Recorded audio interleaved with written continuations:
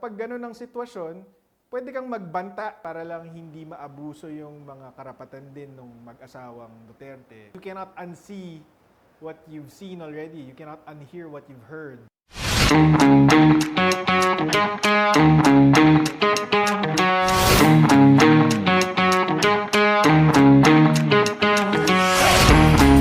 Tingin ko it's too broad.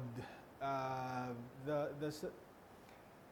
tingin ko dapat ang mangyari is sana yung defense, dahil nga nag-grant na yung subpoena, maybe they can ask the Senate Impeachment Court for guidelines or a more controlled environment to inspect the financial records para lang walang abuse.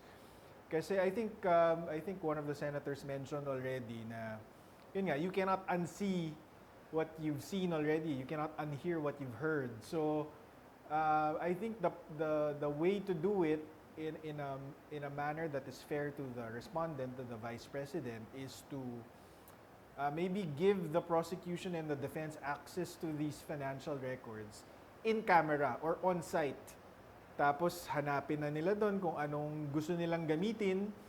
And then, kumbaga mag-preliminary ruling yung presiding officer, kunyari, na okay, pwede mong gamitin yan. Ito, hindi mo pwede gamitin. Kasi, yun nga although nandito na tayo sa stage na to, inapprove na yung subpoena, kung hindi i-reverse ng Supreme Court, pinal na yan. Pero, para lang maayos, para lang hindi maabuso yung mga karapatan din ng mag-asawang Duterte, sana may guidelines.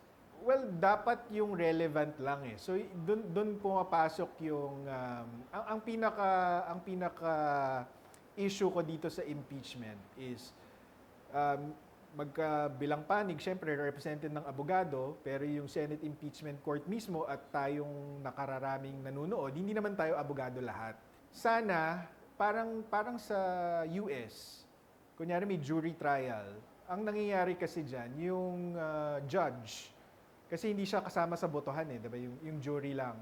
Pero yung mga jury kadalasan hindi naman mga abogado 'yan. Walang alam sa batas. So pinapaliwanag nung judge kung ano yung legal issues lang na titignan natin.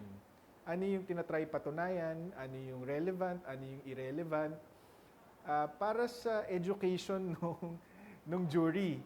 So sana merong ganun eh, si Senator Escudero, hindi lang para sa mga nanonood, pero para doon din sa mga senador kasi marami ding hindi abogado doon eh. So for example, kunyari lang yung kahapon, or the other day yung kay Las Cañas, di ba?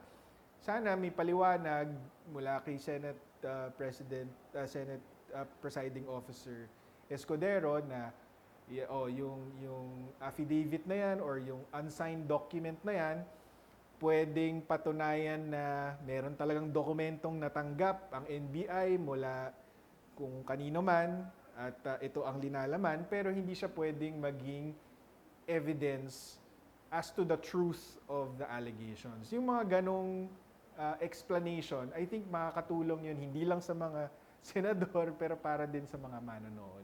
The issue is yung grupo ng mga senador na kaanib ni Senator Marcoleta nung panahon na hindi pa siya nakakulong.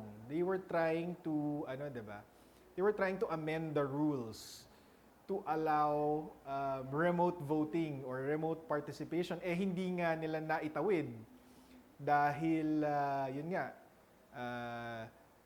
nakuha naman ng grupo nila Senator Sherwin Gatchalian even with just 12 senators yung Senate presidency at yung mga ano. So, hindi natuloy.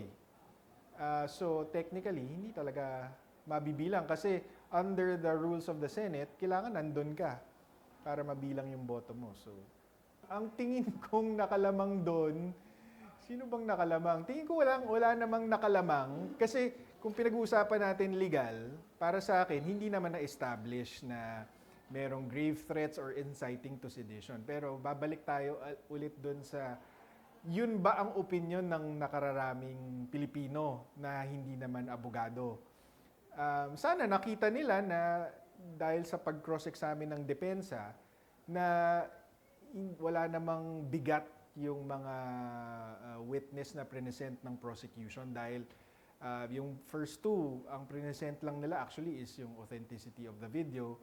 Si Director Matibag naman is yung investigation na wala naman silang nahanap talaga na assassin di umano, 'di ba? So, wala kasi sabi ko nga doon sa interview with Miss Pinky, para sa akin, bluster lang 'yun eh. Parang kumbaga rhetoric kasi may banta sa buhay ng ating pangalawang pangulo at ng pamilya niya. Kanino ka magsusumbong? Eh yung pulis, yung mga otoridad, kontrolado ng mga taong nasa likod ng threat sa buhay mo. So, kapag gano'n ang sitwasyon, pwede kang magbanta or mag-fake banta na, pagka may ginawa ka sa akin, may gagawin ako sa'yo. Para sa akin, hindi yon totoong grave threats or hindi yon criminal in nature. Parang, tapos sa isang banda, pwede rin siyang i-qualify as self-defense dahil may banta sa buhay mo, gumawa ka lang ng aksyon na para i-repel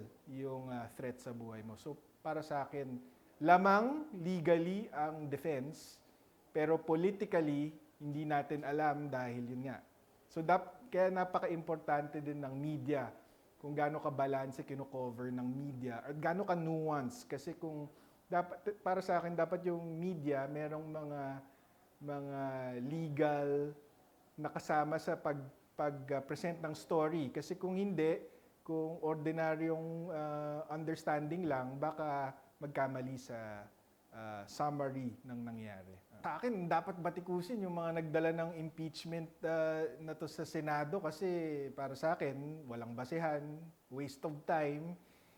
Isipin mo, 90 days ang reserve na trial dates para dito. Ang dami namang mas mabibigat na problema na hinaharap ang bansa. Wala namang matutulungan ito. So yun, kasi tsaka paano mo masisisi yung Vice President natin? Tinanggalan niyo siya ng budget, 'di ba? Ng kaukulang budget para dun sa posisyon niya. Tapos yung conditions ng pagtalaga sa kanya sa Secretary of Education, hindi niya nakinaya, kaya nag-resign siya. Tapos kaya namang tumakbo ng OVP nang wala siya dahil napaka-efficient niyang manager.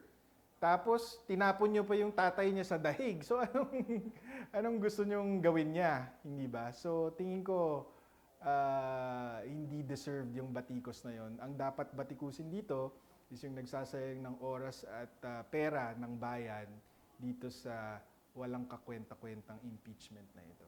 Sa ngayon, hindi ko pa nakikita na kailangan siyang magpakita, pero yon, hindi naman tayo parte ng defense team, so hindi natin alam kung may strategy talaga silang ganon.